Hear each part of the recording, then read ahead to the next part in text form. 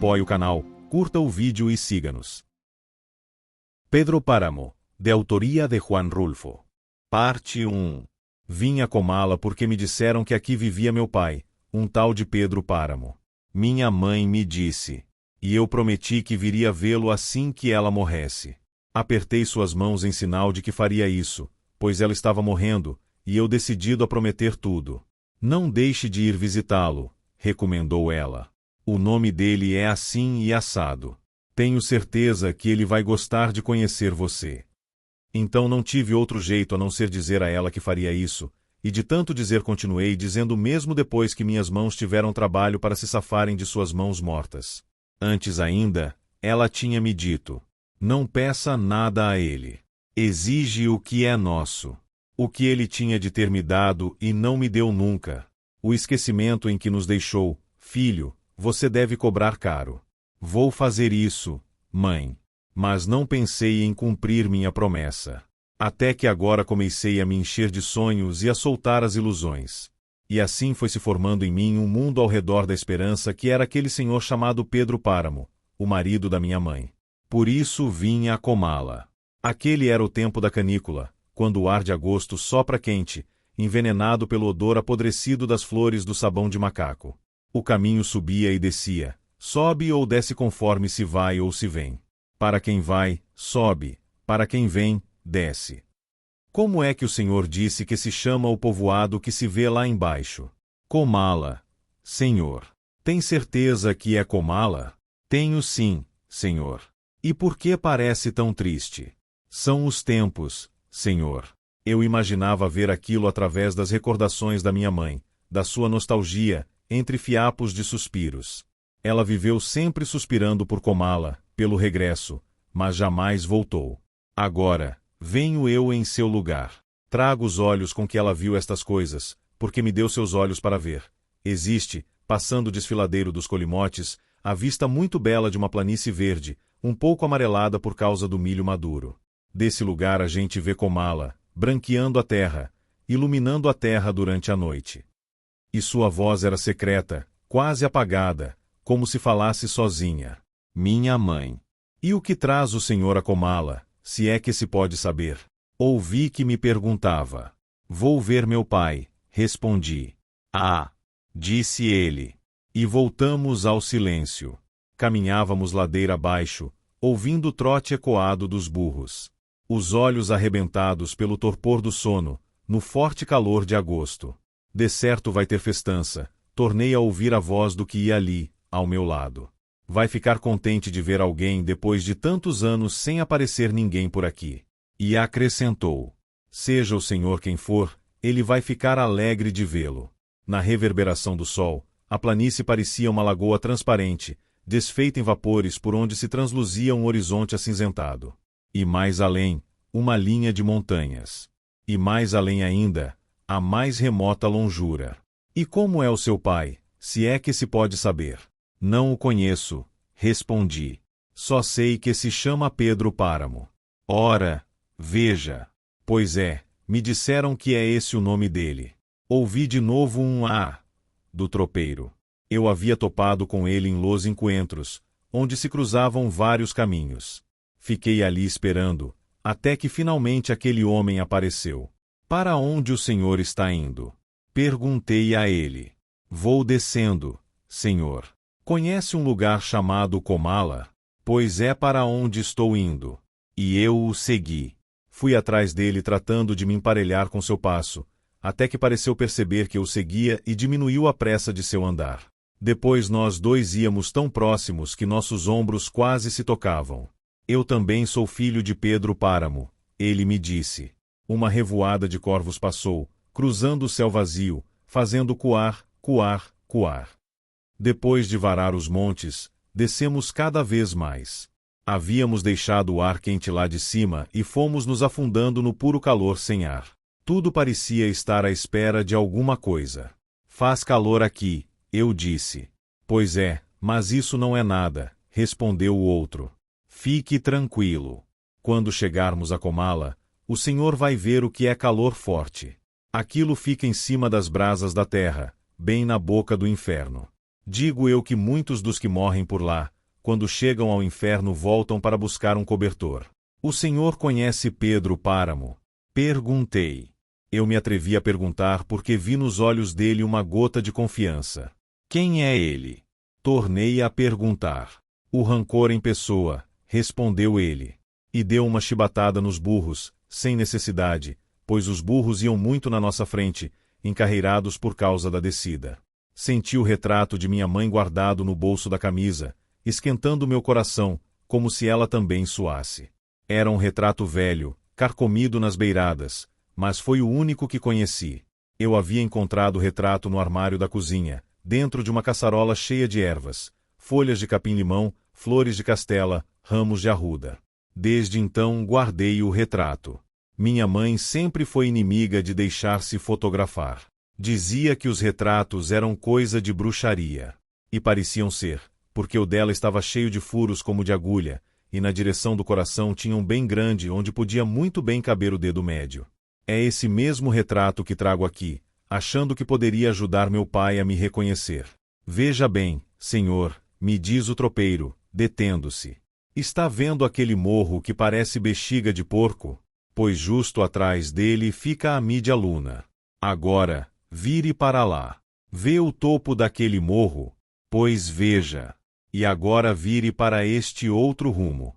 Vê aquele outro topo que quase não dá para ver de tão longe? Bem, pois isso é a Mídia Luna de cabo a rabo. Como se diz por aí, toda a terra que dá para percorrer com o olhar. E esse terrenão todo é dele. A verdade é que nossas mães nos malpariram numa esteira, apesar de sermos filhos de Pedro Páramo. E o mais engraçado é que ele nos levou para batizar. Com o Senhor deve ter acontecido a mesma coisa, não é? Eu não me lembro. Pois então vai para o caralho. O que foi que o Senhor disse? Que já estamos chegando, Senhor. Pois é, estou vendo. O que foi que aconteceu? Um corre-caminhos, Senhor. É assim que chamam esses pássaros. Não, eu perguntava o que foi que aconteceu com o povoado, que parece tão solitário, como se estivesse abandonado. Parece que ninguém mora nele. Não é que pareça. É que é. Aqui não mora ninguém. E Pedro Páramo? Pedro Páramo morreu faz muitos anos. Era a hora em que as crianças de todos os povoados brincam nas ruas, enchendo a tarde com seus gritos. Quando até mesmo as paredes negras refletem a luz amarela do sol. Pelo menos foi o que eu havia visto em Saiúla, ontem mesmo, a esta mesma hora. E vira também o voo das pombas rompendo o ar quieto, sacudindo suas asas como se soltassem do dia. Voavam ou caíam sobre os telhados, enquanto os gritos das crianças revoavam e pareciam tingir-se de azul no céu do entardecer. Agora eu estava aqui, nesta vila sem ruídos. Ouvia meus passos caírem sobre as pedras redondas que empedravam as ruas. Meus passos ocos, repetindo seu som no eco das paredes tingidas pelo sol do entardecer. Naquela hora, fui andando pela rua principal. Olhei as casas vazias, as portas cambaias, invadidas pela erva. Como foi mesmo que aquele fulano me disse que essa erva se chamava? A capitânia, senhor. Uma praga que só espera que as pessoas saiam para invadir as casas. O senhor vai ver. Ao passar num cruzamento vi uma senhora envolta em seu chale, e que desapareceu como se não existisse. Depois meus passos tornaram a se mover e meus olhos continuaram espiando o vazio das portas. Até que novamente a mulher de chale passou na minha frente. Boa noite. Ela me disse. Segui-a com o olhar. Gritei. Onde mora a dona Eduviges? E ela apontou com o dedo. Lá. Na casa que fica ao lado da ponte. Notei que sua voz estava feita de fiapos humanos, que sua boca tinha dentes e uma língua que se travava e destravava ao falar, e que seus olhos eram como todos os olhos das pessoas que vivem sobre a terra.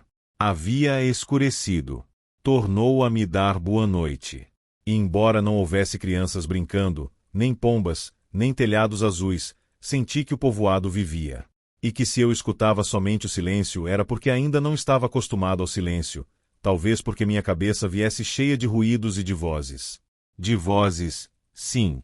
E aqui, onde o ar era escasso, ouviam-se melhor essas vozes. Ficavam dentro da gente, pesadas. Recordei o que minha mãe me dissera: lá, você me ouvirá melhor. Estarei mais perto de você. Você irá sentir mais perto a voz de minhas lembranças do que a da minha morte, se é que algum dia a morte teve alguma voz. Minha mãe, a viva, queria ter dito a ela: você enganou-se de endereço. E me deu um endereço errado. E me mandou ao onde fica isto, onde fica aquilo. A um povoado solitário, procurando alguém que não existe. Cheguei à casa da ponte orientando-me pelo barulho do rio. Bati na porta, mas em falso. Minha mão sacudiu-se no ar como se o ar tivesse aberto a porta. Uma mulher estava lá. Ela me disse: entre, senhor. E entrei. Eu tinha ficado em Comala. O tropeiro, que seguiu em frente, ainda antes de se despedir, me informou: eu vou adiante, lá onde se vê o encontro dos montes. Lá fica a minha casa. Se o senhor quiser vir, será bem-vindo. Agora, se quiser ficar aqui, que assim seja, mas até que não seria demais dar uma olhada no povoado, vai ver o senhor encontra algum ser vivente. E fiquei. Vim para isso. Onde poderei encontrar alojamento? Perguntei quase que aos gritos.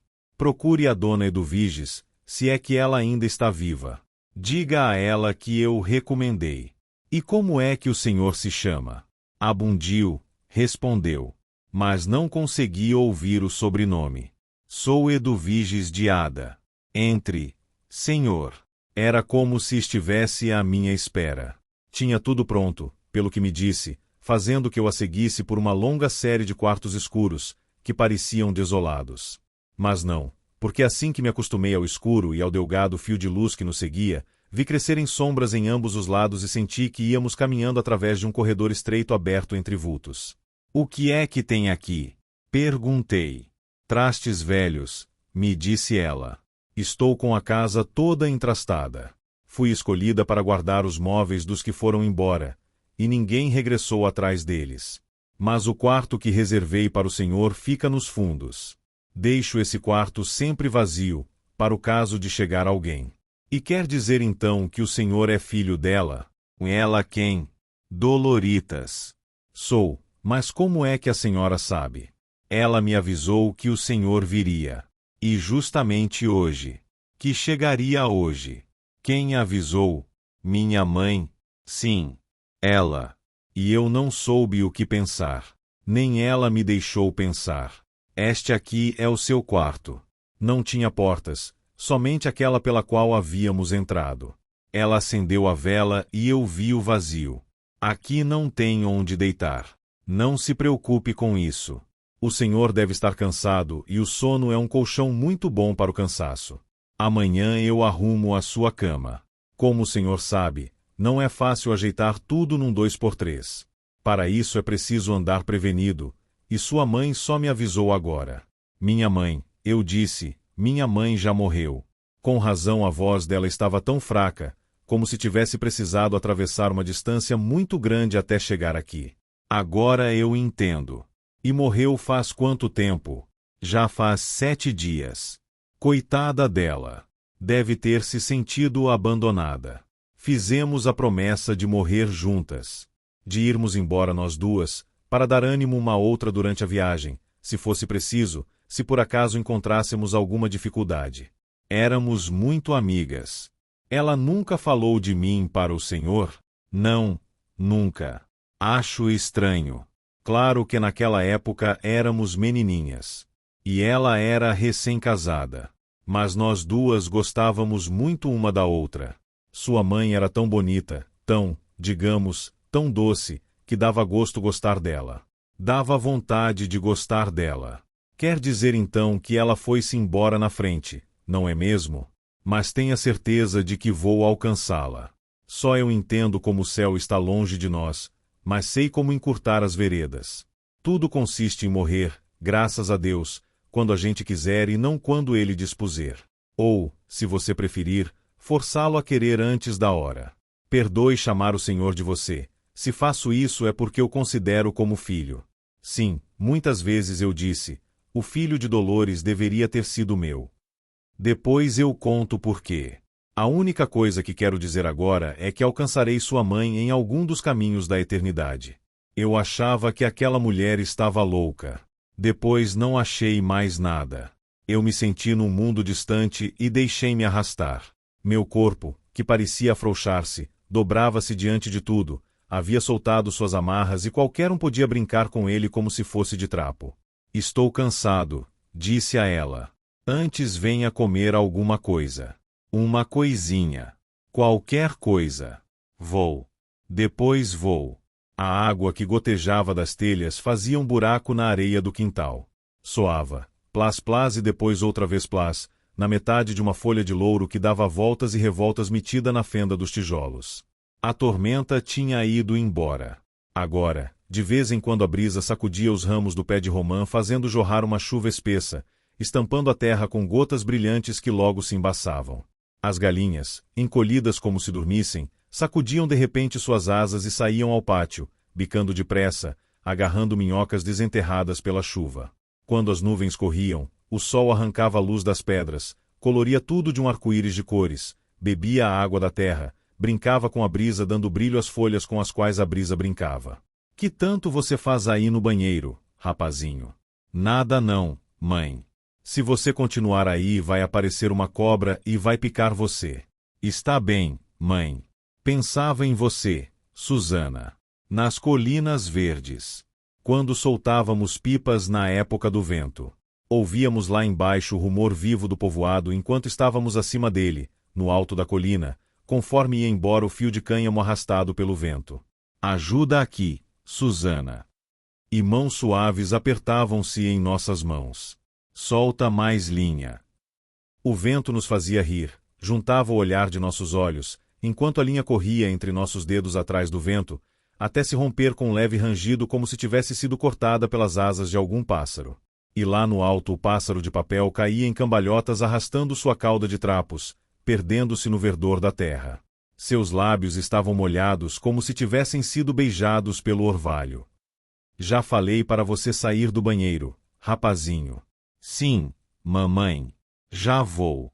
De você, eu me lembrava. Quando você estava ali me olhando com seus olhos de água marinha. Ergueu a vista e olhou sua mãe na porta. Por que você demora tanto a sair? O que está fazendo aí? Estou pensando. E não dá para fazer isso em outro lugar. Faz mal ficar tanto tempo no banheiro. Além do mais, você devia ter alguma ocupação. Por que não vai ajudar sua avó a debulhar milho? Já vou, mamãe. Já vou. Vó, vim ajudar a debulhar. Já acabamos. Mas vamos fazer chocolate. Onde é que você se meteu? O tempo inteiro que durou a tormenta ficamos procurando você. Eu estava no quintal de lá. E fazendo o quê? Rezando? Não, vó, eu só estava vendo chover. A avó olhou para ele com aqueles seus olhos meio acinzentados, meio amarelados, que pareciam adivinhar o que havia dentro da gente. Pois então vai lá limpar o moinho. A centenas de metros, acima de todas as nuvens, além, muito além de tudo, você está escondida, Susana. Escondida na imensidão de Deus, atrás de sua divina providência, onde não consigo alcançar você nem ver você e onde minhas palavras não chegam. Vó, o moinho está quebrado, a moenda quebrou. Essa Micaela deve ter moído milho com espiga e tudo. Ela não perde essa mania horrorosa. Mas, enfim, se não tem mais remédio. E por que a gente não compra outro? Esse aí nem servia mais, de tão velho. Você tem razão. Só que com os gastos que tivemos para enterrar seu avô, mais dízimos que pagamos para a igreja, ficamos sem nenhum centavo. E ainda assim, haveremos de fazer um sacrifício, e compraremos outro. Seria bom você ir até a dona Inés Vilalpando pedir que nos deixasse fiado até outubro. A gente paga com a colheita. Está bem, vó. E aproveita para fazer o mandado completo, e peça a ela que nos empreste uma peneira e uma podadeira. Do jeito que as plantas cresceram, já se metem em tudo. Se eu tivesse minha casa grande, com aqueles currais grandes, não estaria me queixando. Mas seu avô empacou nessa ideia de virmos para cá. Que seja tudo por Deus. As coisas nunca saem do jeito que a gente quer. Diga a dona Inés que na colheita a gente paga tudo o que deve. Está bem, vó. Havia colibris. Era o tempo. Dava para ouvir o zumbido de suas asas entre o jasmineiro que estava carregado de flores. Deu uma volta pela prateleirinha feito altar do Sagrado Coração e encontrou 24 centavos. Deixou os 4 e pegou os 20. Antes de sair, sua mãe o deteve. Aonde é que você vai? Até a dona Inés vilaupando ver um moinho novo. O que a gente tinha quebrou. Diga a ela que mande 1 metro de tafetá preto, igual a este aqui, e dê uma amostra a ele. Que ponha na nossa conta. Está bem, mamãe. E na volta me compre umas aspirinas.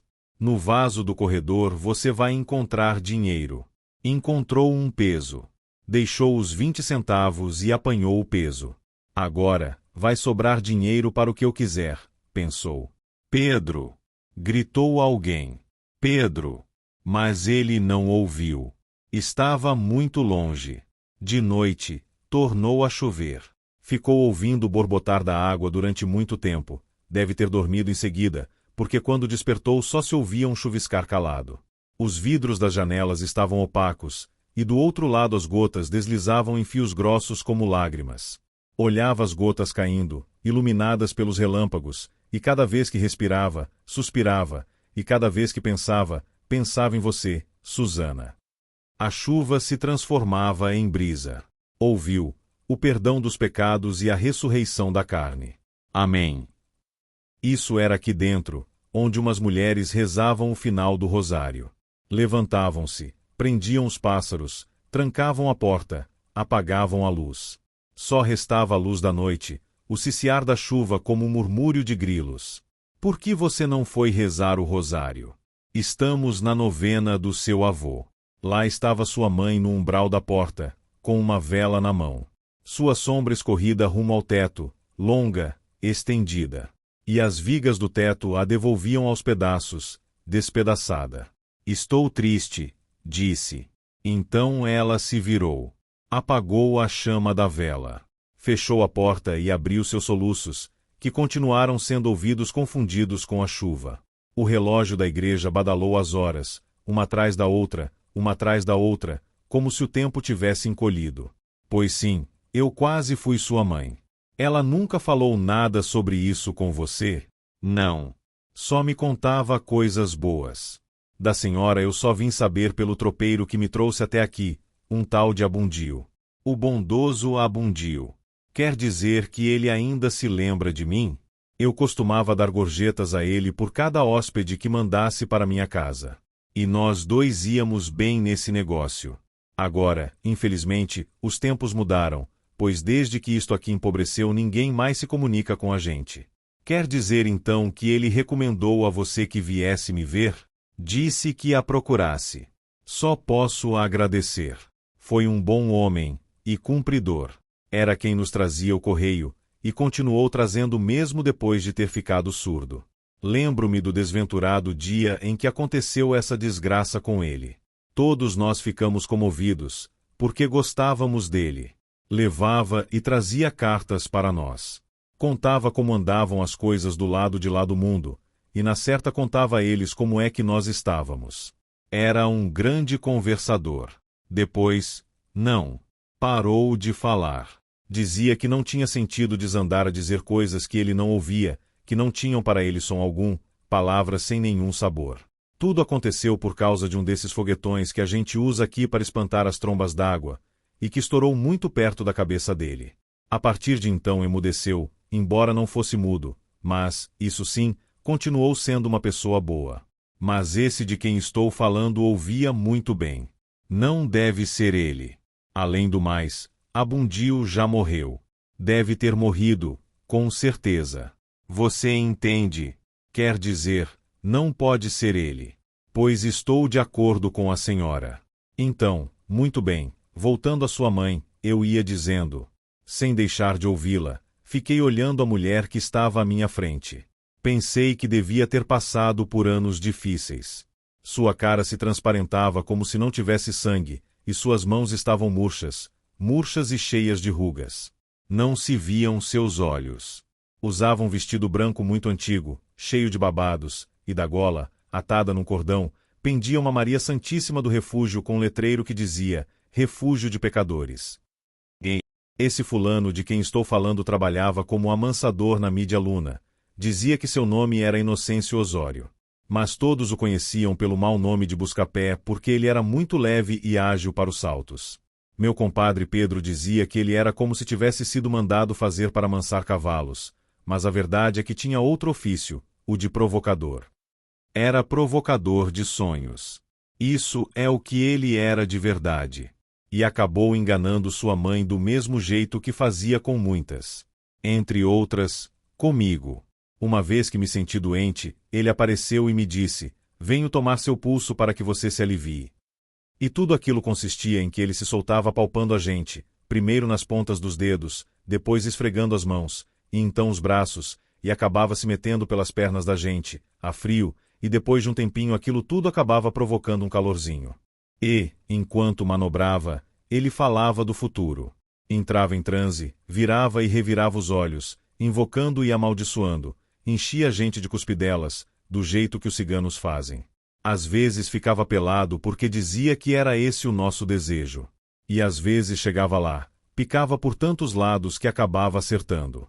O fato é que o tal de Osório prognosticou para sua mãe, quando ela foi vê-lo, que hoje à noite você não deve grudar em homem porque a lua está brava.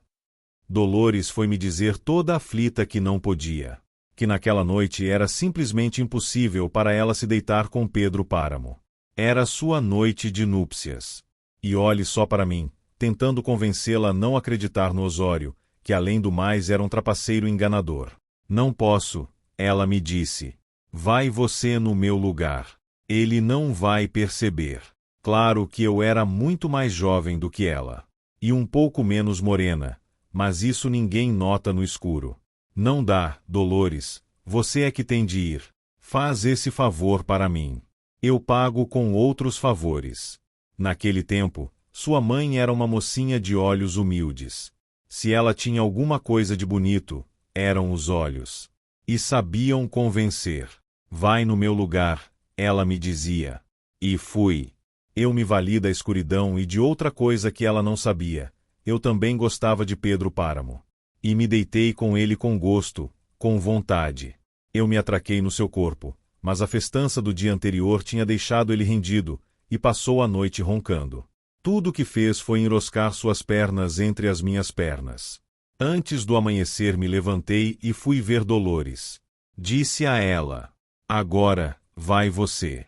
Agora já é outro dia. O que ele fez com você? Me perguntou. Ainda não sei, respondi. No ano seguinte você nasceu, mas não de mim, embora tenha sido por pouco. Vai ver sua mãe não contou isso de vergonha. Planícies verdes.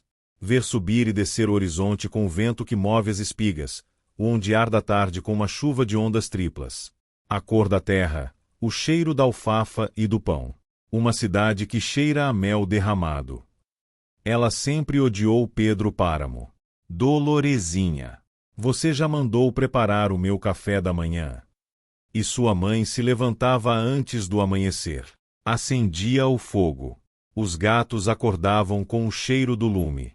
E ela ia daqui para lá, seguida pela vigilância do batalhão de gatos. Dona Dolorezinha. Quantas vezes sua mãe terá ouvido esse chamado? Dona Dolorezinha, isto aqui está frio. Não presta. Quantas vezes? E embora ela estivesse acostumada a passar pelo pior, seus olhos humildes se endureceram. Não sentir outro sabor que não o dos botões das laranjeiras na mornidão do tempo. Então começou a suspirar. Por que a senhora está suspirando, dona Dolorezinha? Eu os havia acompanhado naquela tarde. Estávamos no meio do campo, olhando passar as revoadas de tordos. Um urubu solitário se meteu no céu. Por que a senhora está suspirando, dona Dolorezinha? Eu queria ser um urubu para voar até onde minha irmã mora. Nem precisa, dona Dolorezinha. Agorinha mesmo a senhora vai ver sua irmã. Vamos regressar. Que alguém prepare suas malas. Não por isso. E lá se foi sua mãe. Até logo, Dom Pedro. Adeus, Doloresinha. E ela foi-se embora da Mídia Luna para sempre. Muitos meses depois, perguntei por ela a Pedro Páramo. Ela gostava mais da irmã do que de mim. Lá, deve estar contente. Além disso, eu já estava enjoado dela. Não penso em sair atrás de Dolores, se é que isso preocupa você. Mas do que elas vão viver, Deus cuidará. O abandono em que nos deixou, filho, você deve cobrar caro. E desde então e até agora, quando me avisou que você iria chegar, não tornamos a saber mais nada dela. E depois disso já aconteceu tanta coisa, eu disse. Vivíamos em Colima arrimados na tia Gertrudis que jogava na nossa cara o peso que éramos. Por que você não volta para o seu marido? Dizia ela à minha mãe. Ele por acaso mandou-me buscar? Não vou enquanto ele não me chamar. Vim porque queria ver você. Porque gostava de você, por isso eu vim. Compreendo. Mas já está na hora de ir embora. Se dependesse de mim. Achei que aquela mulher estava me ouvindo, mas notei que tinha a cabeça inclinada, como se escutasse algum rumor longínquo. Depois, ela disse: Quando é que você vai descansar? No dia em que você foi embora, entendi que não tornaria a vê-la. Você ia tingida de vermelho pelo sol da tarde, pelo crepúsculo ensanguentado do céu. Você sorria. Deixava para trás um povoado do qual muitas vezes você mesma me disse: Gosto daqui por sua causa, mas odeio isso aqui por causa de todo o resto, até por ter nascido aqui. Pensei, não regressará jamais, não voltará nunca. O que você está fazendo aqui a esta hora? Você não está trabalhando? Não, vó. Rogério quer que eu cuide do menino dele. Fico passeando com ele. Dá trabalho cuidar das duas coisas, o menino e o telégrafo, enquanto ele vive tomando cerveja no bilhar. Além do mais, não me paga nada. Você não está aí para ganhar dinheiro, mas para aprender. Quando souber alguma coisa, então vai poder ser exigente. Por enquanto, você é apenas um aprendiz. Talvez amanhã ou depois você vire chefe. Mas para isso é preciso paciência e, acima de tudo, humildade. Se pedem para você cuidar da criança, faça isso, pelo amor de Deus. É preciso se resignar. Pois que se resignem os outros, vó, eu não sou de resignações. Você e as suas esquisitices. Sinto que você vai se dar mal, Pedro Páramo. O que está acontecendo, dona Eduviges? Ela balançou a cabeça como se despertasse de um sonho. É o cavalo de Miguel Páramo, galopando pelo caminho da Mídia Luna. Mas então, alguém mora em Mídia Luna? Não, lá não mora ninguém. E então? É só o cavalo, que vai e que vem. Eles eram inseparáveis. Corre por tudo que é canto, procurando por ele e volta sempre a esta hora. Talvez o coitado não aguente o remorso. Porque até os animais sabem quando cometem um crime, não é? Não entendo. Nem ouvi nenhum ruído de nenhum cavalo. Não? Não. Então é coisa do meu sexto sentido. Um dom que Deus me deu, ou talvez uma maldição. Só eu sei o que sofri por causa disso. Guardou um longo silêncio e depois acrescentou. Tudo começou com Miguel Páramo. Só eu soube o que tinha acontecido com ele na noite em que morreu. Estava deitada quando ouvi seu cavalo regressar rumo à Mídia Luna. Achei estranho porque ele nunca voltava naquela hora. Somente na entrada da madrugada. Ia conversar com sua noiva num povoado chamado Contla, um tanto longe daqui. Saía cedo e demorava a voltar. Mas naquela noite não regressou. Está ouvindo agora? Claro que dá para ouvir. Está de regresso. Não ouço nada. Então é coisa minha. Bem, como eu estava dizendo, essa história de que ele não regressou é só um jeito de falar. O cavalo mal tinha acabado de passar, quando ouvi que batiam na minha janela. Vá saber se foi ilusão minha. Mas a verdade é que alguma coisa me obrigou a ir ver quem era. E era ele, Miguel Páramo. Não estranhei, pois houve um tempo em que passava a noite na minha casa dormindo comigo, até encontrar essa moça que sorveu seus miolos. O que aconteceu? Perguntei a Miguel Páramo. Levou um fora? Não. Ela continua gostando de mim, ele me disse. Acontece que não consegui encontrá-la. Não achei o povoado. Havia muita neblina ou fumaça ou sei lá o que, mas o que sei é que Contla não existe. Fui além dela, pelos meus cálculos, e não encontrei nada. Vim contar isso a você, porque você me compreende. Se eu contasse aos outros de Comala, iam dizer que fiquei louco, do jeito que sempre disseram que sou. Não. Louco não, Miguel. Você deve estar morto. Lembre-se que disseram a você que esse cavalo ainda iria matá-lo algum dia. Lembre-se, Miguel Páramo. Pode até ser que você tenha desandado a fazer loucuras, mas isso já é uma outra história. Eu só saltei a cerca de pedra que ultimamente meu pai mandou botar.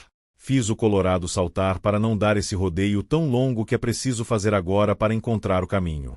Sei que pulei e depois continuei correndo, mas, como eu digo, não havia nada além de fumaça e fumaça e fumaça. Amanhã seu pai vai se contorcer de dor, eu disse. Sinto por ele. Agora vá embora e descanse em paz, Miguel. Agradeço você ter vindo se despedir de mim. E fechei a janela. Antes que amanhecesse, o peão da Mídia Luna veio me dizer. O patrão Dom Pedro súplica. O menino Miguel morreu. Ele súplica pela sua companhia. Já estou sabendo, respondi. Pediram a você que chorasse? Sim, senhora. Dom Fulgor me disse que dissesse isso chorando. Está bem. Diga a Dom Pedro que eu vou. Faz muito tempo que trouxeram Miguel? Não faz nem meia hora. Se fosse antes, talvez ele tivesse se salvado. Ainda que, conforme disse o doutor que o apalpou, ele já estivesse frio fazia tempo. Ficamos sabendo porque o Colorado voltou sozinho e ficou tão inquieto que não deixou ninguém dormir. A senhora sabe como ele e o cavalo se gostavam, e estou a ponto de achar que o cavalo sofre mais até do que Dom Pedro. Não comeu nem dormiu e só faz correr para lá e para cá. Como se soubesse, a senhora sabe. Como se sentisse despedaçado e carcomido por dentro. Não se esqueça de fechar a porta quando sair. E o moço da Mídia Luna foi embora. Alguma vez você ouviu o queixume de um morto? Ela me perguntou. Não, dona Eduviges. Melhor para você. Na mina d'água as gotas caem uma atrás da outra. A gente ouve, saída da pedra, a água clara cair no cântaro. A gente ouve. Ouve rumores, pés que raspam o chão, que caminham, que vão e que vêm. As gotas continuam caindo sem parar. O cântaro transborda fazendo a água rodar sobre um solo molhado. Acorda, dizem a ele. Reconhece o som da voz. Trata de adivinhar quem é, mas o corpo afrouxa e cai adormecido, esmagado pelo peso do sono. Umas mãos esticam a coberta agarrando-se nela, e debaixo de seu calor o corpo se esconde procurando paz. Acorda, tornam a dizer. A voz sacode seus ombros. Faz o corpo se erguer. Entreabre os olhos. Ouvem-se as gotas de água que caem da mina d'água no cântaro raso. Ouvem-se passos que se arrastam. E o pranto. Então ouviu o pranto. Aquilo despertou. Um pranto suave, delgado, que talvez por ser delgado tenha passado pela teia do sono, chegando ao lugar onde os sobressaltos se aninham. Levantou-se devagar e viu a cara de uma mulher recostada contra o batente da porta, ainda escurecida pela noite, soluçando. Por que você chora, mamãe? Perguntou, pois assim que pôs os pés no chão reconheceu o rosto de sua mãe. Seu pai morreu, disse ela. E depois, como se tivessem disparado os gatilhos de sua pena, deu volta sobre si mesma uma e outra vez, até que algumas mãos chegaram aos seus ombros e conseguiram deter o remexer de seu corpo. Pela porta via-se o amanhecer no céu. Não havia estrelas. Só um céu de chumbo, cinzento, ainda não clareado pela luminosidade do sol. Uma luz parda, como se o dia não fosse começar, mas como se apenas estivesse chegando o princípio da noite. Lá fora, no pátio, os passos, como de gente que ronda. Ruídos calados. E aqui, aquela mulher, de pé no umbral, seu corpo impedindo a chegada do dia, deixando aparecer, através dos seus braços, fiapos de céu, e debaixo de seus pés réstias de luz, uma luz borrifada como se o chão debaixo dela estivesse inundado de lágrimas. E depois o soluço. E outra vez o pranto suave mas agudo, e a dor fazendo seu corpo se contorcer. Mataram seu pai. E quem matou você, minha mãe? Tem ar e sol, e tem nuvens. Lá em cima um céu azul e talvez atrás dele existam canções, talvez melhores vozes. Há esperança, enfim. Há esperança para nós, contra o nosso penar. Mas não para você, Miguel Páramo, que morreu sem perdão e não alcançará graça alguma. O padre Renteria deu as costas e entregou a missa ao passado. Apressou-se para terminar logo e saiu sem dar a bênção final para aquela gente que lotava a igreja. Padre, queremos que o abençoe para nós. Não, disse ele mexendo a cabeça e negando. Não vou fazer isso. Foi um homem ruim, e não entrará no reino dos céus. Deus irá me levar a mal se eu interceder por ele. Dizia isso, enquanto tentava conter as mãos para que não mostrassem seu tremor. Mas foi. Aquele cadáver pesava muito na alma de todos. Estava sobre um tablado, no meio da igreja, rodeado de círios novos, de flores, de um pai que estava atrás dele, sozinho, esperando que terminasse o velório. O padre Renteria passou ao lado de Pedro Páramo procurando não roçar seus ombros. Levantou o aspersório com gestos suaves e orvalhou a água benta de alto a baixo, enquanto de sua boca saía um murmúrio que podiam ser orações. Depois se ajoelhou e todo mundo se ajoelhou com ele. Tem piedade do teu servo, Senhor. Que descanse em paz, amém, responderam as vozes. E quando ele começava a se encher de raiva de novo, viu que todos saíam da igreja levando o cadáver de Miguel Páramo. Pedro Páramo aproximou-se, ajoelhando-se ao seu lado. Eu sei que o Senhor o odiava, padre. E com razão. O assassinato do seu irmão, que pelo que se rumoreja por aí foi cometido pelo meu filho, o caso da sua sobrinha Ana, que o senhor acha que foi violada por ele, as ofensas e faltas de respeito que ele às vezes teve com o senhor são motivos que qualquer um pode reconhecer. Mas esqueça isso agora, padre. Pense e perdoe como talvez Deus já tenha perdoado. Pôs sobre o genuflexório um punhado de moedas de ouro e levantou-se. Receba isso como uma ajuda para a sua igreja. A igreja já estava vazia. Na porta 2 homens esperavam Pedro Páramo, que se juntou a eles, e juntos seguiram o féretro que aguardava descansando sobre os ombros de 4 caporais da Mídia Luna. O padre Renteria apanhou as moedas uma por uma e se aproximou do altar. São tuas, disse. Ele pode comprar a salvação. Tu saberás se o preço é este. Quanto a mim, Senhor, me ponho aos teus pés para pedir o justo ou o injusto, que tudo nos é dado pedir. Por mim, condena-o, Senhor. E fechou o sacrário. Entrou na sacristia, jogou-se num canto, onde chorou de pena e de tristeza até esgotar as lágrimas. Está bem, Senhor, tu ganhas, disse depois. Durante a janta tomou seu chocolate como fazia todas as noites. Sentia-se tranquilo. Escuta, Anita. Sabe quem foi enterrado hoje? Não, tio. Você se lembra de Miguel Páramo? Lembro, tio. Pois ele. Ana baixou a cabeça. Tem certeza que foi ele, não é? Certeza, não, tio. Não vi a cara. Ele me agarrou de noite e na escuridão. Então como é que soube que era Miguel Páramo? Porque ele me disse, sou eu, Miguel Páramo, Ana. Não se assuste. Foi o que ele me disse. Mas você sabia que ele foi o autor da morte do seu pai, não sabia? Sabia, tio. E então, o que fez para afastá-lo? Não fiz nada. Os dois guardaram silêncio durante alguns instantes. Ouvia-se a brisa morna entre as folhas da goiabeira. Ele disse que estava ali justamente para isso, me pedir desculpas, e para saber se eu o perdoaria. Sem me mexer da cama, fui logo avisando, a janela está aberta. E ele entrou. Chegou me abraçando, como se essa fosse a forma de se desculpar pelo que tinha feito. E eu sorri para ele. Pensei naquilo que o Senhor tinha me ensinado, que não se deve odiar ninguém nunca. Sorri ao dizer isso para ele, mas depois achei que não conseguiu ver meu sorriso, porque eu não via ele, de tão negra que a noite estava. Só deu para sentir que ele estava em cima de mim e que começava a fazer maldades comigo. Achei que ia me matar. Foi isso que eu achei, tio.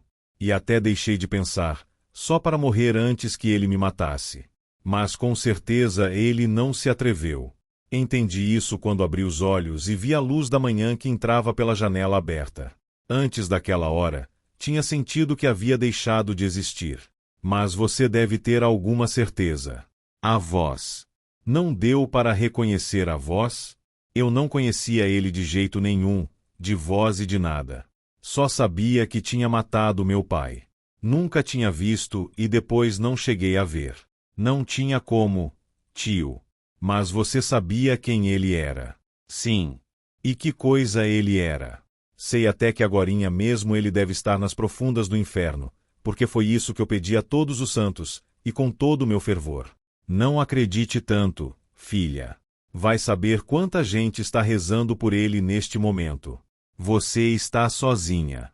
Uma prece contra milhares de preces. E, entre essas preces, algumas muito mais profundas do que a sua, como deve ser a do pai dele. Ia dizer a ela, e além do mais, eu dei a ele a absolvição. Mas só pensou. Não quis maltratar a alma meio quebrada daquela moça. Em vez disso, tomou-a pelo braço e disse: Vamos dar graças a Deus Nosso Senhor porque o levou desta terra onde causou tanto mal, e não importa que agora o tenha em seu céu. Um cavalo passou a galope onde a rua principal cruza o caminho de Contla. Ninguém viu nada. E, no entanto, uma mulher que esperava fora do povoado contou que vira o cavalo correndo com as pernas dobradas como se fosse cair de bruços. Reconheceu o alazão de Miguel Páramo. E até pensou, esse animal vai quebrar a cabeça. Depois viu quando o cavalo endireitava o corpo e, sem afrouxar a carreira, caminhava com o pescoço esticado para trás como se viesse assustado por causa de alguma coisa que tivesse deixado lá atrás. Esses rumores chegaram a Mídia Luna na noite do enterro, enquanto os homens descansavam da longa caminhada que tinham feito até o panteão. Conversavam, como se conversa em qualquer lugar, antes de ir dormir. Esse morto me doeu muito, disse Terêncio. Lubianes. Ainda estou com os ombros doloridos. E em mim, disse o Bilado, seu irmão. Até meus joanetes cresceram. Com essa história do patrão querendo que todos fossemos de sapatos. Nem que fosse dia de festa, não é mesmo, Toribio? E o que vocês querem que eu diga? Acho que já morreu tarde. Pouco depois chegaram mais fuxicos de Contla. Vieram com a última carreta. Dizem que o fantasma já está por lá. Viram o dito cujo batendo na janela de fulaninha. Igualzinho a ele. De perneiras e tudo. E você acha que Dom Pedro, com o gênio que tem, ia permitir que seu filho continue barganhando mulheres? Já imagino o que ele faria, se ficasse sabendo, muito bem, diria. Você já morreu. Fica quieto aí na sepultura. Deixa esse negócio para nós. E se visse o filho por aí, sou capaz de apostar que o mandaria de volta para o Campo Santo. Você está certo, Isaías. Esse velho não é de brincadeira. O carreteiro continuou seu caminho. Conto do jeito que ouvi. Havia estrelas cadentes. Caíam como se o céu estivesse chuviscando lume. Vejam só, disse Terêncio, o bailongo lá no alto. É que estão celebrando uma festança para Miguelito, interveio Jesus. Não será um mau sinal? Para quem? Vai ver sua irmã está sentindo saudades e querendo que ele volte. Você está falando da irmã de quem? Da sua. É melhor ir embora, pessoal. A gente labutou muito hoje, e amanhã temos de madrugar. E se dissolveram como sombras. Havia estrelas cadentes. As luzes de Comala se apagaram. Então o céu tomou conta da noite. O padre Renteria se revirava na cama sem conseguir dormir. Tudo isso que está acontecendo é por minha culpa, disse a si mesmo. O temor de ofender os que me apoiam. Porque a verdade é esta, eles me mantêm. Dos pobres não consigo nada, orações não enchem barriga. Assim foi até agora. E estas são as consequências. Minha culpa. Eu traí aqueles que gostam de mim e que me deram sua fé e que me procuram para que eu interceda por eles diante de Deus. Mas o que conseguiram com sua fé? Ganharam o céu? Ou a purificação de suas almas? E purificar as almas para que, se no último momento, ainda tenho diante de meus olhos o olhar de Maria de Ada, que veio pedir que eu salvasse sua irmã Eduviges. Ela sempre serviu aos seus semelhantes. Deu a eles tudo o que teve. Até um filho deu, a todos. E o colocou na frente de todo mundo para ver se alguém o reconhecia como seu, mas ninguém quis fazer isso. Então ela disse a eles: neste caso, eu também sou pai, mesmo que por coincidência também seja mãe. Abusaram da sua hospitalidade por causa daquela sua bondade de não querer ofender nem ser malquista por ninguém. Mas ela se suicidou. Obrou contra a mão de Deus. Era a única saída. E decidiu isso por causa da sua bondade. Falhou no momento final. Foi isso que eu disse a ela. No último instante. Tantos bens acumulados para sua salvação, e perdeu tudo de repente. Mas é que não perdeu. Morreu cheia de muitas dores. E a dor. O Senhor nos falou uma coisa sobre a dor, que eu não lembro mais. Ela foi-se embora por causa dessa dor. Morreu retorcida pelo sangue que a afogava. Ainda vejo sua cara, e sua cara era o gesto mais triste jamais feito por um ser humano. Talvez se a gente rezar muito. Pois vamos rezando muito, padre. Digo talvez, quem sabe, com as missas gregorianas, mas para isso precisamos pedir ajuda, mandar vir sacerdotes. E tudo custa dinheiro. Lá estava, na frente dos meus olhos, o olhar de Maria de Ada, uma pobre mulher cheia de filhos. Não tenho dinheiro. O Senhor sabe disso, padre. Então vamos deixar as coisas do jeito que estão. Vamos esperar em Deus. Está bem, padre. Porque aquele olhar tornava-se valente diante da resignação. O que custava ele perdoar, quando era tão fácil dizer uma ou duas palavras, ou 100, se fossem necessárias para salvar a alma?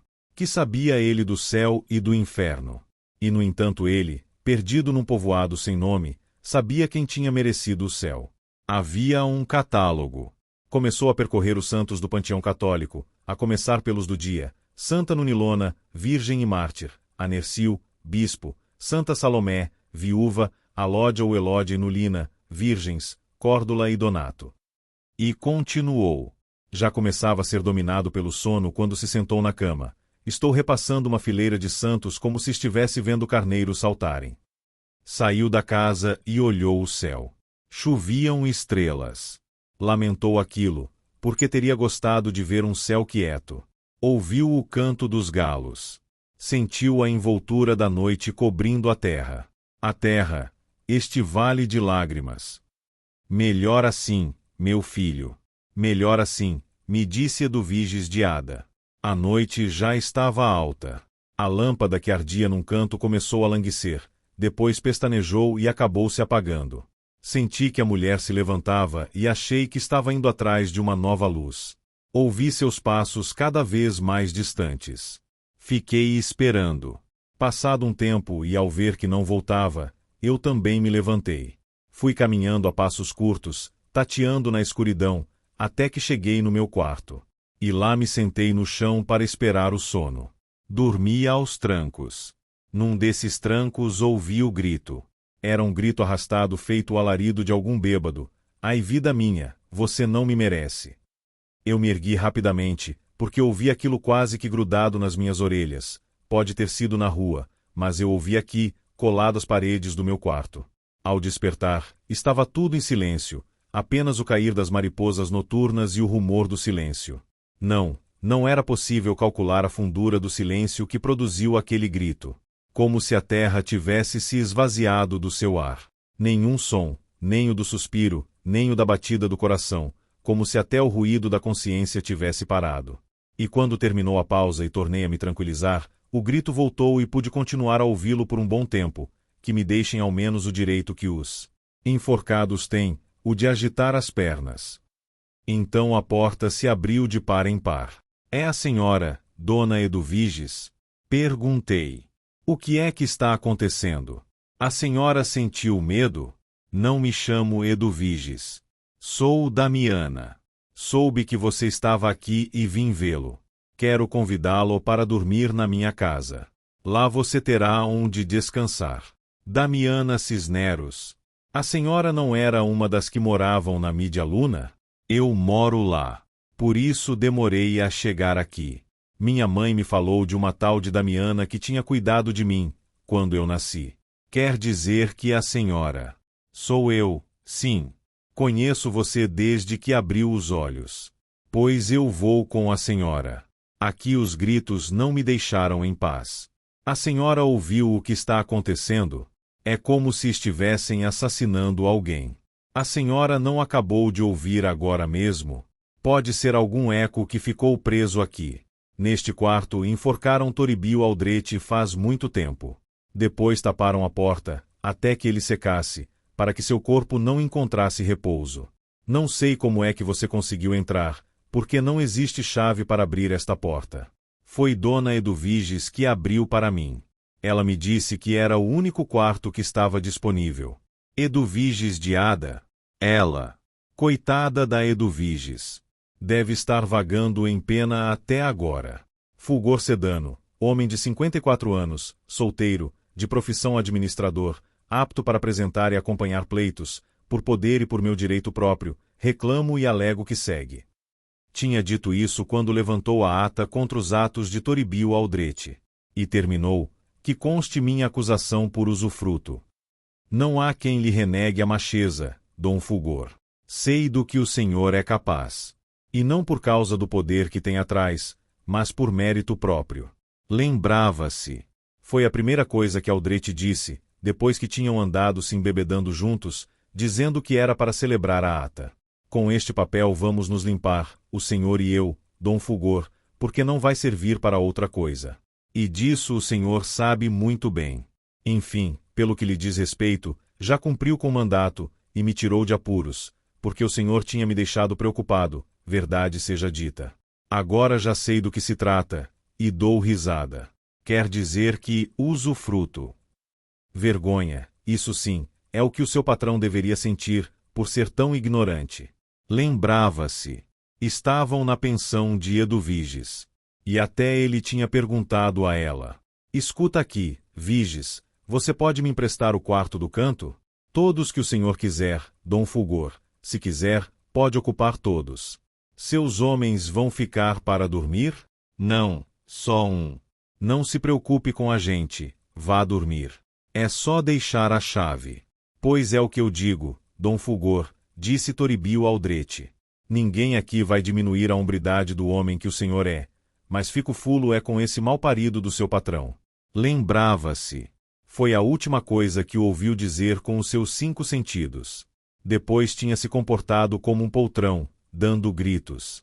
Dizer a força que eu tinha atrás de mim. Arre! Com o cabo do chicote bateu na porta da casa de Pedro Páramo.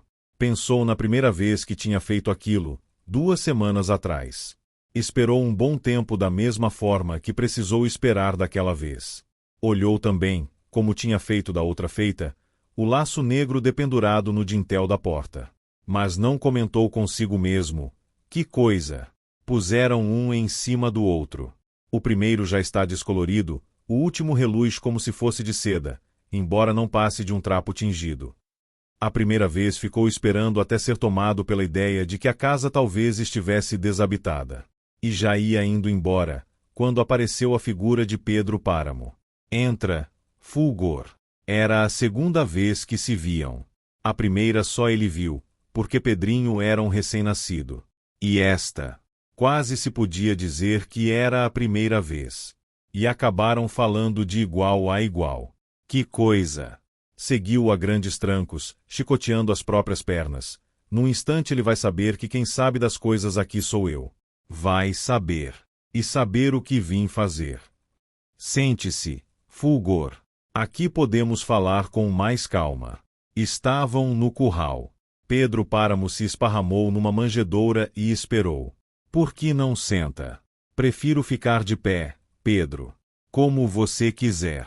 Mas não se esqueça do domingo, Dom Pedro. Quem aquele moleque achava que era para falar desse jeito?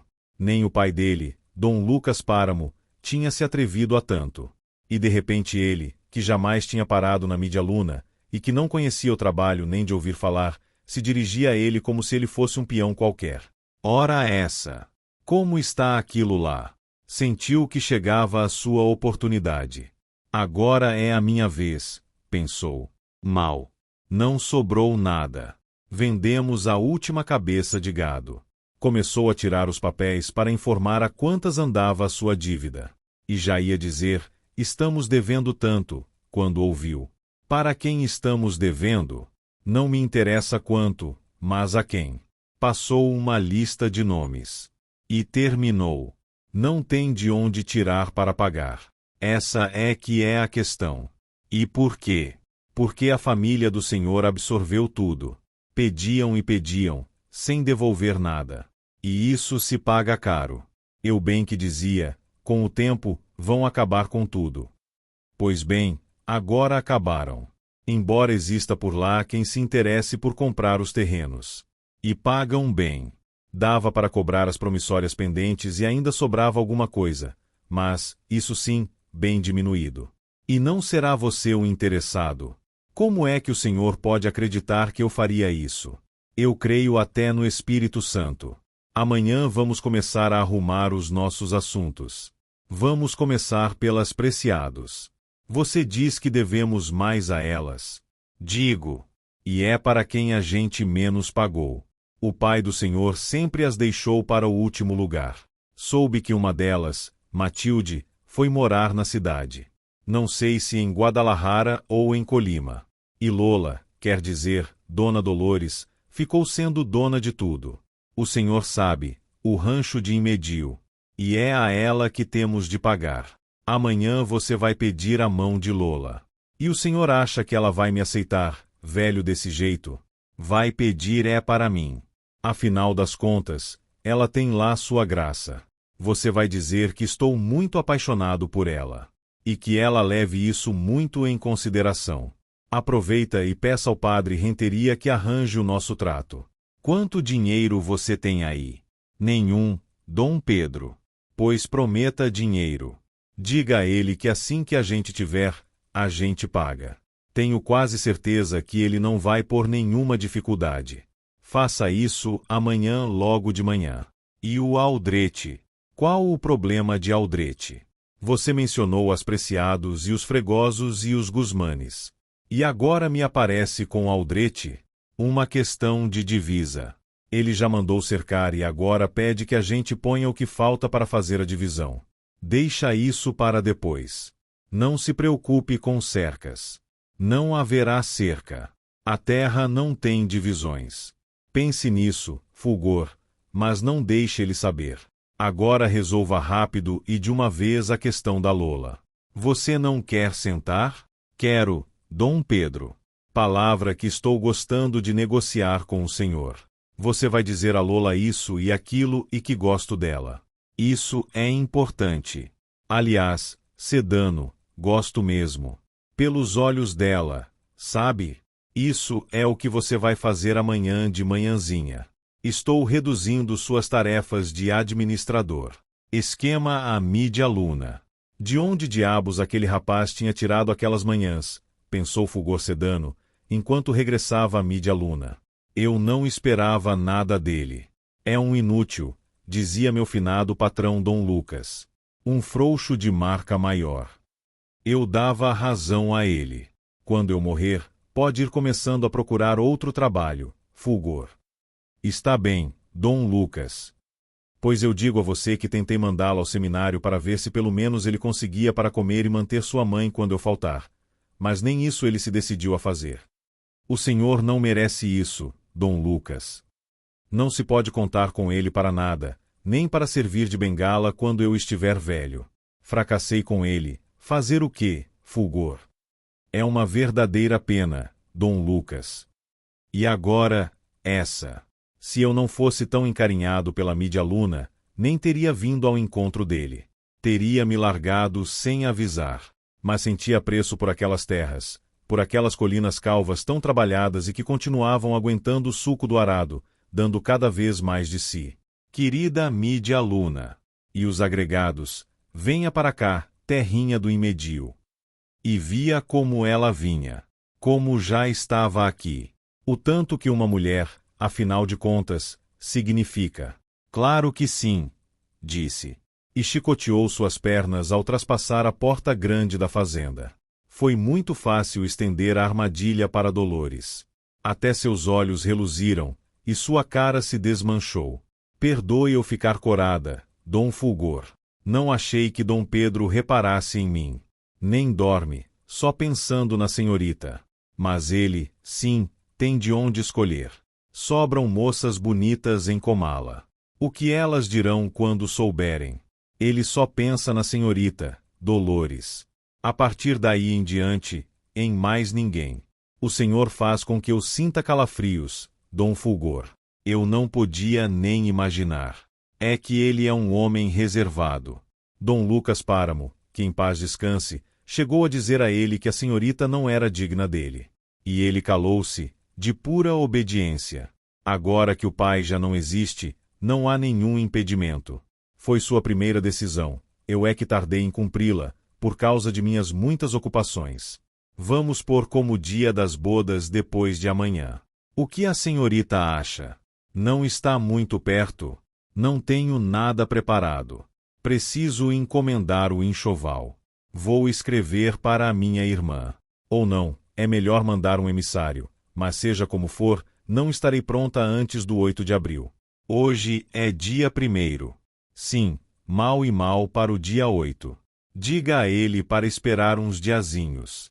Por ele, seria agorinha mesmo. E se for por causa dos enxovais, nós podemos providenciá-los.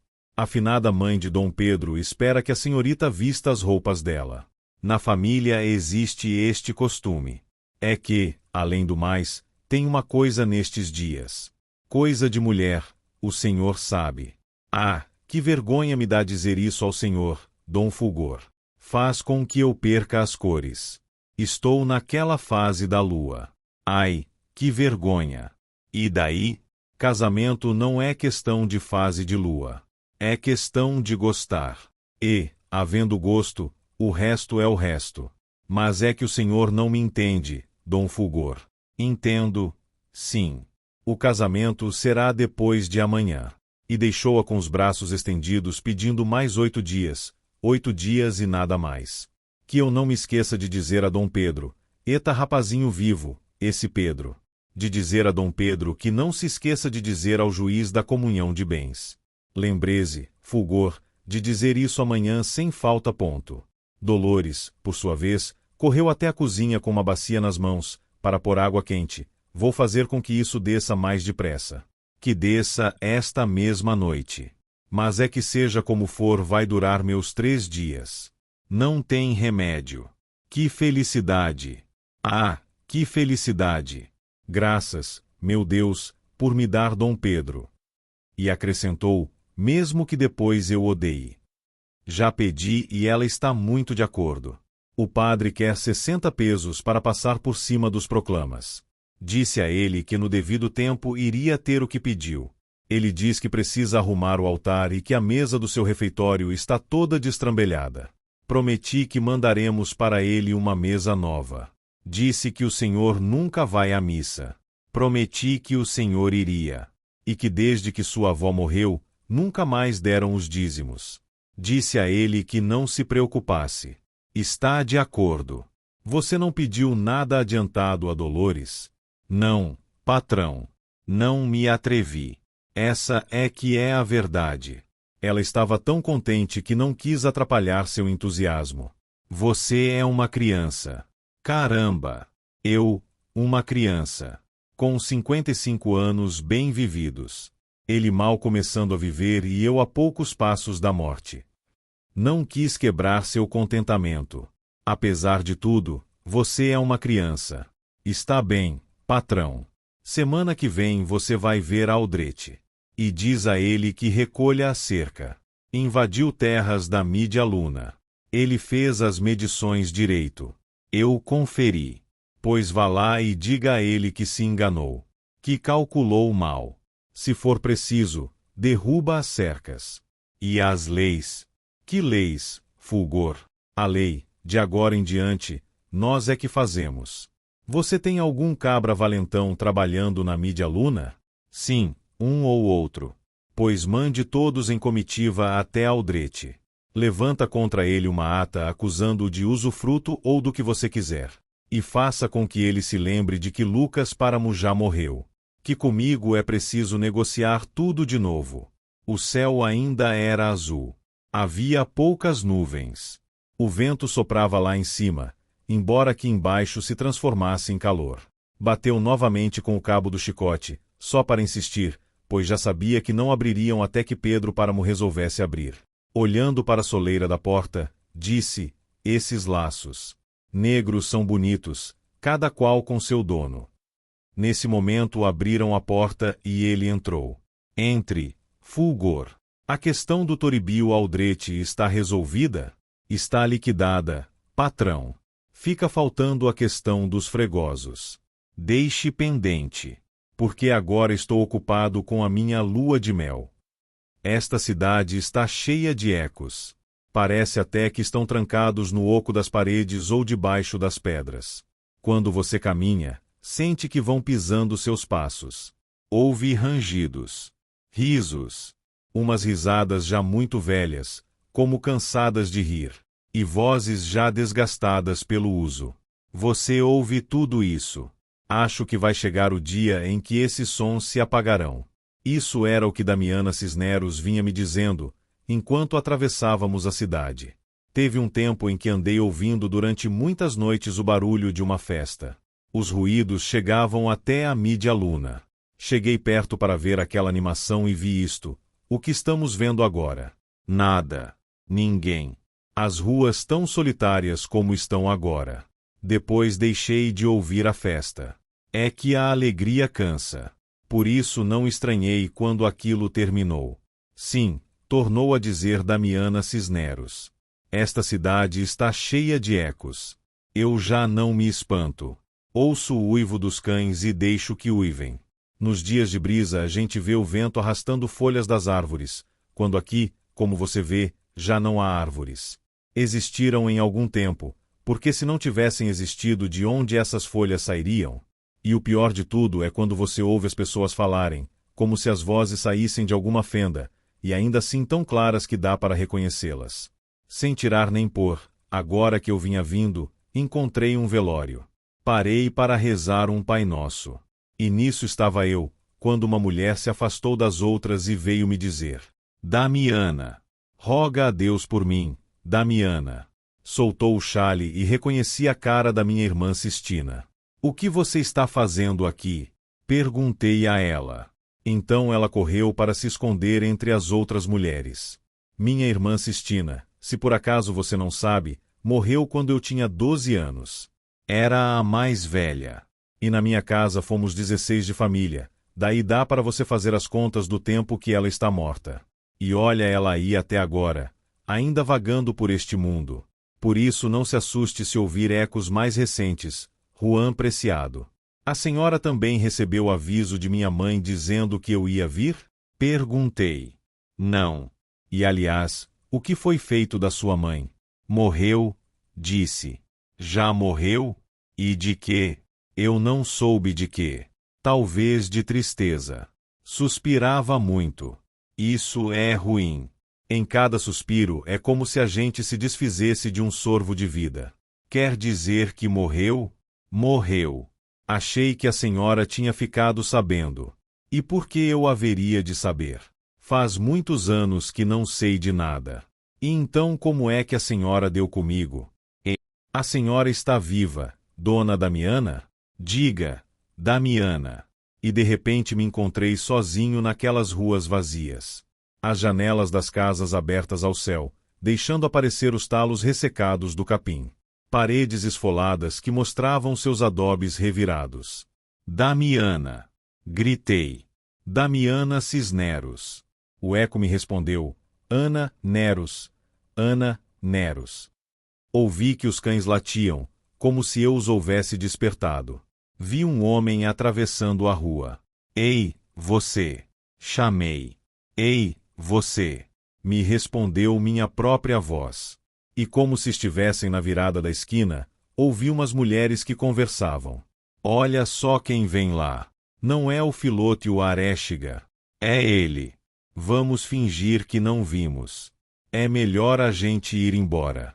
Se ele vier mesmo atrás de nós é que de verdade quer uma das duas. Quem você acha que ele vai seguir? Você, com certeza. Pois eu acho que vai seguir mesmo é você. Pois pode parar de correr. Ele ficou parado naquela esquina. Pois então não é nenhuma das duas, está vendo? Mas que tal se fosse você ou eu? Que tal? Não se iluda. Afinal de contas, até que foi melhor. Dizem por aí que é ele quem se encarrega de conseguir mocinhas para Dom Pedro. Veja só do que escapamos. É mesmo? Pois com esse velho não quero ter nada a ver. É melhor a gente ir. Você disse bem. Vamos embora daqui. Noite. Muito além da meia-noite. E as vozes. Pois eu digo que se o milho deste ano der bem, a gente vai ter como pagar você. Agora, se o milho se perder, pois você vai ter de aguentar mais. Não exijo. Você sabe muito bem que fui razoável com você. Mas a terra não é sua. Você se pôs a trabalhar em terreno alheio. Vai tirar de onde para poder me pagar? E quem foi que disse que a terra não é minha? O que se afirma por aí é que você vendeu para Pedro Páramo. Eu nem cheguei perto desse senhor. A terra continua sendo minha. Isso é o que você diz. Mas por aí o que se diz é que tudo é dele. Pois que venham dizer a mim. Olha bem, Galileu, eu, aqui em confiança, aprecio você. Não é à toa que você é o marido da minha irmã. E que você a trata bem, não há quem duvide. Mas não venha me negar que vendeu as terras. Estou dizendo que não vendi. Só que elas são de Pedro Páramo. Na certa ele decidiu assim. Dom Fulgor não veio ver você? Não. Na certa você vai ver ele chegando amanhã. Se não amanhã, qualquer outro dia. Pois me mata ou morre, mas não vai sair do jeito que chegou. Requiescat in pace. Amém, cunhado. Por via das dúvidas. Pode deixar, que você vai voltar a me ver. Não se preocupe por mim. Não foi à toa que minha mãe curtiu bem meu couro, para que aguentasse. Até amanhã então. Diga a Felicitas que esta noite não venho jantar. Eu não gostaria de poder contar depois. Eu estive com ele na véspera. Vamos guardar alguma coisa, se você na última hora mudar de ideia. Ouviram-se os pesados passos que iam embora entre um ruído de esporas. E amanhã, ao amanhecer, você vai comigo, bugra. Já aparelhei os animais. E se meu pai morrer de raiva? Velho do jeito que está. Eu nunca me perdoaria se, por minha causa, acontecesse alguma coisa com ele. Sou a única pessoa que ele tem para fazer as necessidades. E não tem mais ninguém. Qual é essa pressa de me roubar? Aguenta mais um pouquinho. Ele já não demora para morrer. Você me disse isso mesmo há um ano. E até jogou na minha cara minha falta de valentia, pois já estava, você mesma disse, farta de tudo. Preparei as mulas, que estão prontas. Você vem comigo? Deixa eu pensar. Bugra. Você não sabe quanto eu gosto de você. Não aguento mais de vontade, bugra. E então você vem comigo ou vem comigo, e já. Deixa eu pensar. Entenda. Temos de esperar que ele morra. Falta um pouquinho. Daí eu vou com você e você não vai nem precisar me roubar. Isso você também me disse faz um ano. E daí? E daí que precisei alugar as mulas. Eu não tenho mais nenhuma. Elas estão lá esperando. Deixa que ele se arranje sozinho. Você está bonita. E é jovem.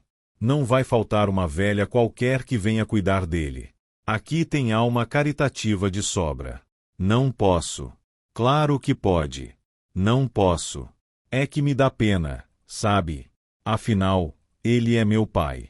Então está resolvido. Vou lá ver Juliana, que se derrete por mim. Muito bem. Já não digo mais nada. Não vai querer me ver amanhã? Não. Não quero ver você mais. Ruídos. Vozes. Rumores. Canções distantes. Minha querida me deu um lenço com bainhas de choro. Em falsete. como se fossem mulheres cantando. Sexta, as carretas passarem. Os bois movendo-se devagar. O render das pedras debaixo das rodas. Os homens como se estivessem dormindo.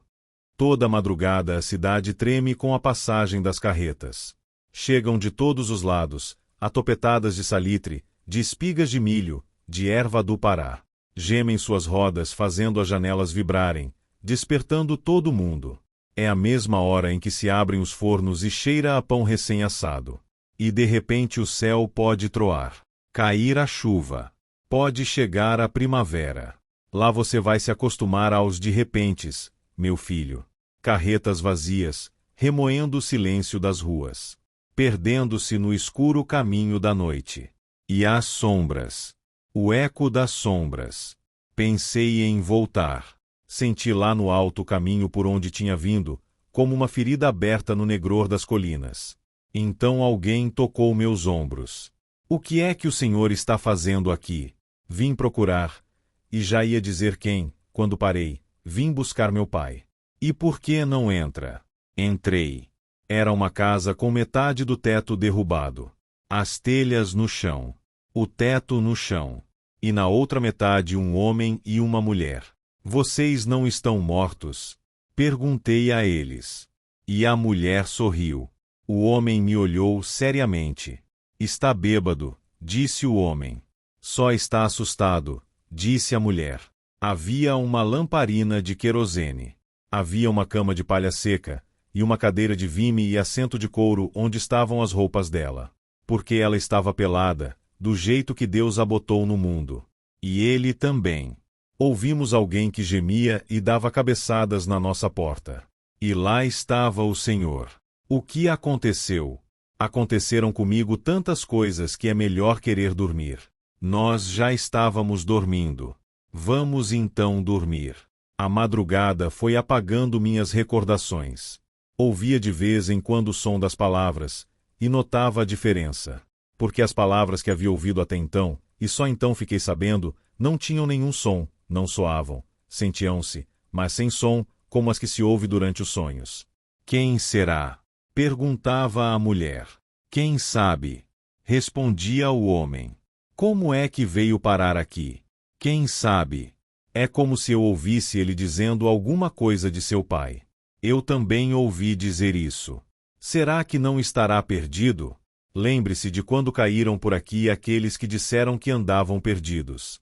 Procuravam um lugar chamado os Confins e você disse a eles que não sabia onde aquilo ficava. Sim, eu me lembro, mas me deixa dormir. Não amanheceu ainda. Falta pouco. Se estou falando, é para que você acorde. Você me pediu para acordar antes do amanhecer. Por isso estou falando. Levanta. E você quer que eu levante para quê? Não sei para quê. Você que me disse ontem à noite para acordar você. Não explicou para quê. Nesse caso, me deixe dormir. Você não ouviu o que esse aí disse, quando chegou? Que a gente o deixasse dormir. Foi a única coisa que disse. É como se as vozes fossem embora. Como se o seu ruído se perdesse. Como se estivessem se afogando. Ninguém mais diz nada. É o sono. E depois, de novo. Acaba de se mexer. Se a gente facilitar, já vai acordar. E se vir a gente aqui, vai perguntar coisas. Que tipo de pergunta ele pode fazer? Bem, alguma coisa ele vai ter de dizer, não é? Deixa ele. Deve estar muito cansado. Você acha? Cala a boca de uma vez, mulher. Olha só, ele se mexe. Vê como se revira. É igualzinho como se estivessem sacudindo-o por dentro. Eu sei disso porque isso já aconteceu comigo. O que aconteceu com você? Isso. Não sei do que você está falando. Eu não falaria se não me lembrasse, ao ver esse aí se remexendo, do que me aconteceu na primeira vez que você fez. E de como doeu e do quanto que me arrependi disso. De qual isso? De como eu me sentia, assim que você fez aquilo, que mesmo que você não queira eu sei que foi mal feito. E só agora você me vem com essa lenga-lenga? Por que não dorme e me deixa dormir? Você me pediu para acordar. É o que estou fazendo. Por Deus, só estou fazendo o que você me pediu para fazer. Saco. Já está mais do que na hora de acordar. Vê se me deixa em paz, mulher. O homem parecia dormir. A mulher continuou resmungando, mas com voz muito baixa. Já deve ter amanhecido, porque tem luz. Daqui posso ver esse homem, e se vejo é porque tem luz bastante para ver. Não demora e sai o sol. Claro, isso nem se pergunta. Na certa, esse fulano é algum malvado. E a gente deu abrigo a ele. Não importa que tenha sido só por esta noite, mas a coisa é que nós escondemos ele. E isso vai acabar trazendo o mal para nós. Olha só como ele se mexe, como não encontra acomodação. Vai ver, não dá mais conta da própria alma. O dia clareava. O dia desbarata as sombras. Desfaz. O quarto onde estava parecia quente com o calor dos corpos adormecidos. Através das pálpebras me chegava a alva do amanhecer. Sentia a luz. Cheirava. Ele se revira em cima do próprio corpo feito um condenado. E tem todo o jeito de homem mau. Levanta, Dunis. Olha só para ele. Que se esfrega contra o chão, se retorcendo. Baba. Há de ser alguém que deve muitas mortes. E você nem para reconhecê-lo. Deve ser um pobre coitado. Durma e deixe a gente dormir. E por que eu vou dormir, se não tenho mais sono? Pois então levanta e vai para algum lugar onde não me azucrine. Vou mesmo. Vou acender o fogo. E aproveito para dizer a esse fulano que venha cá se deitar com você, no lugar que vou deixar para ele. Pois diga. Não vou conseguir. Vou ficar com medo. Então vai fazer o que tiver de fazer e deixa a gente em paz. Vou. E está esperando o quê? Estou indo. Senti que a mulher descia da cama. Seus pés descalços golpearam o chão e passaram por cima da minha cabeça. Abri e fechei os olhos. Quando acordei, havia um sol de meio-dia. Ao meu lado, uma jarra de café. Tentei beber aquilo. Dei uns goles. Não temos mais. Desculpe o pouco. Estamos tão escassos de tudo, tão escassos. Era uma voz de mulher. Não se preocupe comigo, disse a ela. Por mim, não se preocupe. Estou acostumado. Como é que se faz para ir embora daqui? Para onde? Para onde for. Há uma multidão de caminhos. Tem um que vai para Contla, outro que vem de lá, outro mais que vai direto para a serra. Esse que a gente vê daqui, que não sei para onde irá, e me apontou com seus dedos o buraco no telhado, ali onde o teto estava arrebentado. Este outro por aqui passa pela Mídia Luna. E tem outro mais, que atravessa a terra inteira e é o que vai mais longe. Vai ver, eu vim por ele. E vai dar onde? Em Sayula. Veja só. E eu que achava que Sayula ficava do outro lado. Sempre quis conhecer Sayula. Dizem que tem muita gente por lá, não é mesmo? Que nem tem em todo lado. Imagine só. E nós aqui tão sozinhos. A gente se desvivendo por conhecer nem que seja só um tantinho da vida. Aonde foi o seu marido? Não é meu marido. É meu irmão, mas ele não quer que se saiba. Aonde foi? Pois na certa procurar algum bezerro fujão que anda por aí zanzando sem rumo. Pelo menos foi o que ele me disse. Quanto tempo faz que vocês estão aqui? Desde sempre. A gente nasceu aqui. Devem ter conhecido Dolores Preciado. Talvez ele, Dunis. Eu sei tão pouco das pessoas. Nunca saio. Aqui onde o Senhor me vê, pois aqui estive sempre eternamente. Bem, nem tão sempre. Só depois que ele me fez sua mulher. Desde então passo aqui trancada, porque tenho medo que me vejam. Ele não quer acreditar, mas não é verdade que estou de dar medo? E chegou perto de onde dava o sol. Olhe só a minha cara. Era uma cara comum e corrente. O que é que a senhora quer que eu olhe? Não vê o pecado.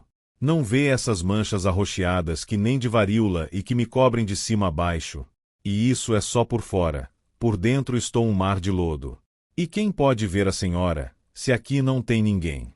Andei o povoado inteiro e não vi ninguém. O Senhor é que pensa, é que por aqui ainda tem alguns. Se não, me diga que Filomeno não está vivo, e que Dorotia, e Melquiades, e o velho Prudêncio, e Sóstenes e todos não estão vivos. Acontece que eles passam o tempo todo trancados. De dia, sei lá o que fazem, mas passam as noites trancados.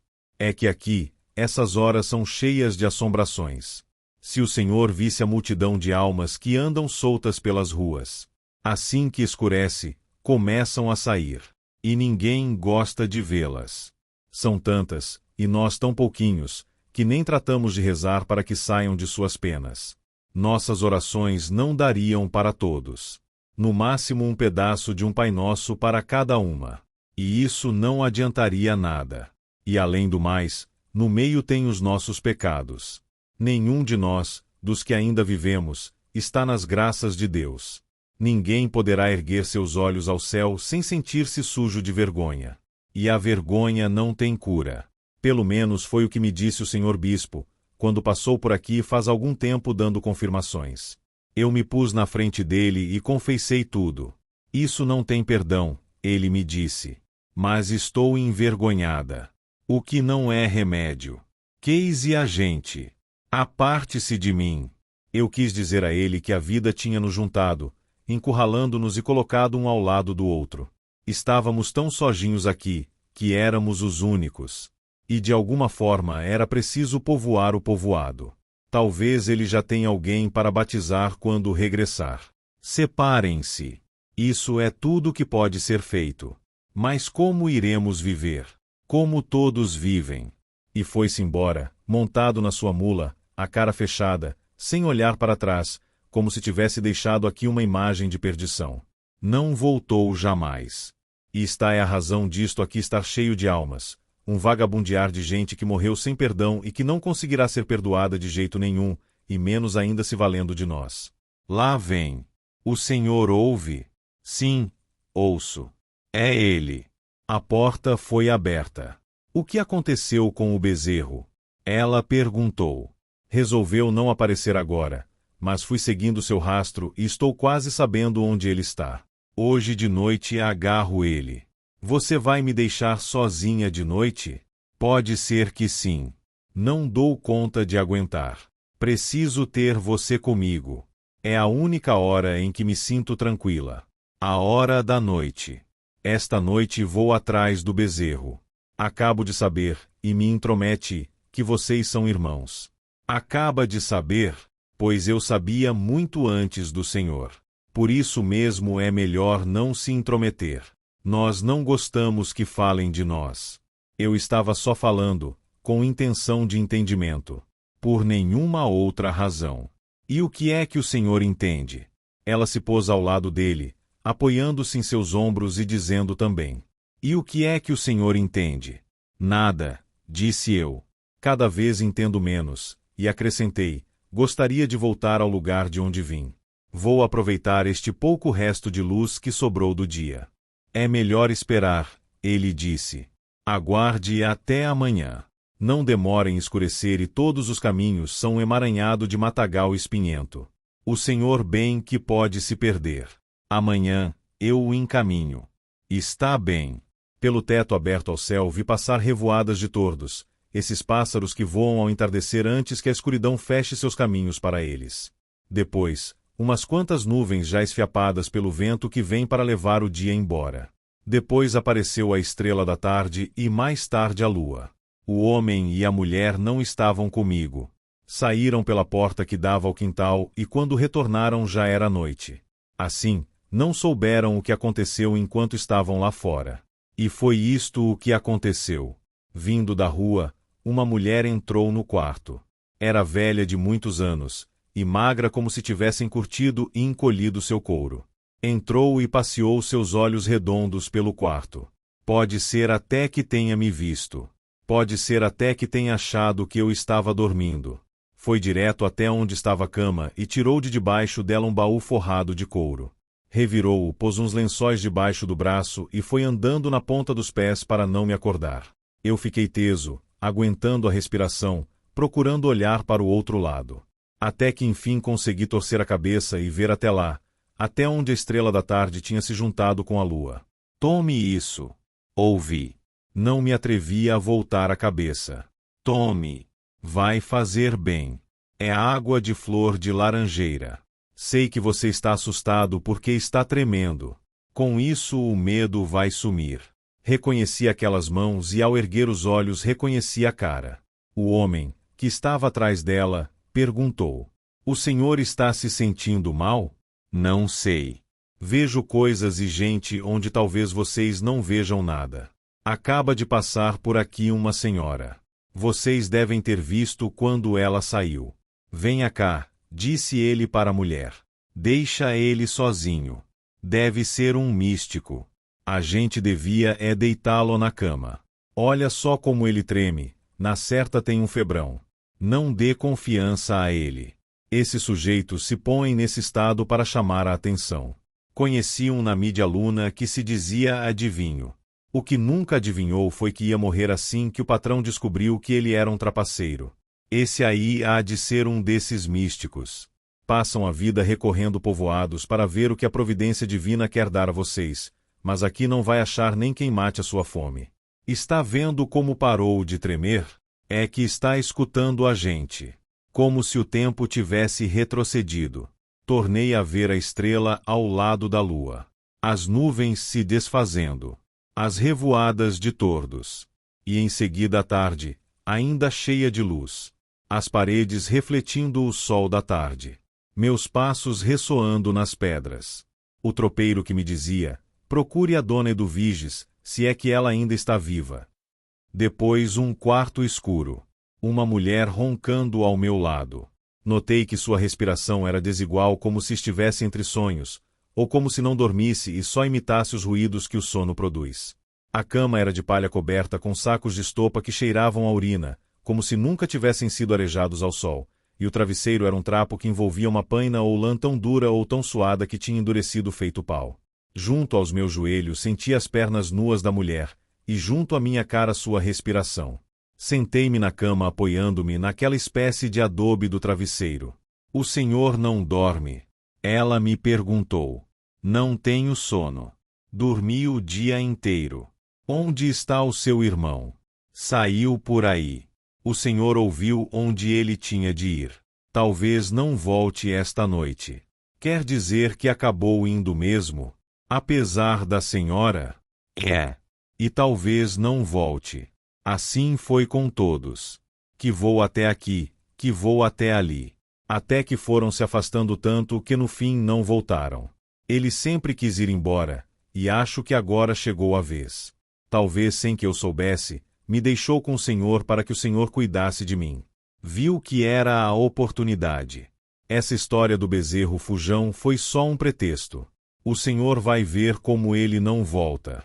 Quis dizer a ela: "Vou sair para buscar um pouco de ar, porque sinto náuseas", mas disse: "Não se preocupe.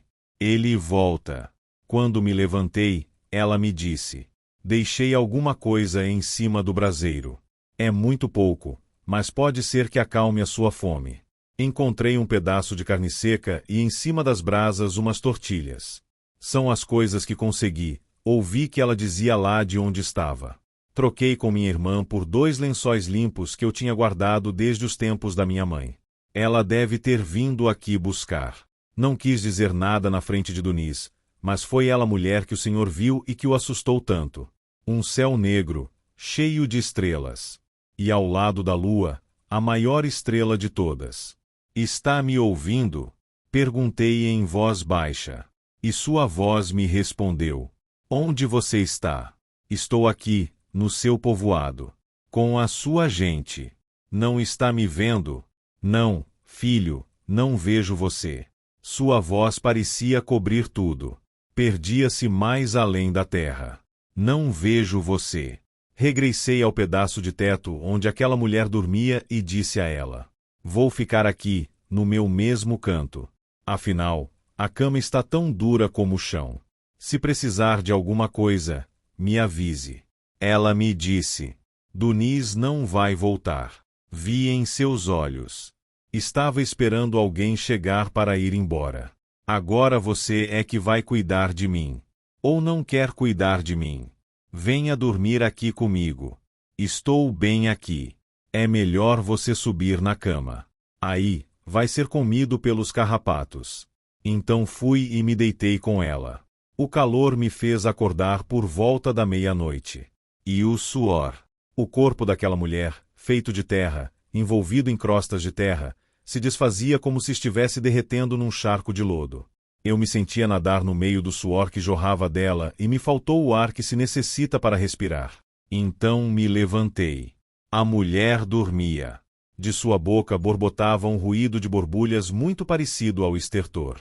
Saí à rua, mas o calor que me perseguia não desgrudava de mim. E é que não havia ar, só a noite entorpecida e quieta, acalorada pelas altas temperaturas de agosto. Não havia ar. Tive de sorver o mesmo ar que saía da minha boca, parando com as mãos antes que ele fosse embora. Sentia o ar indo e vindo, cada vez menos, até que se fez tão fino que se filtrou entre meus dedos para sempre. Digo para sempre.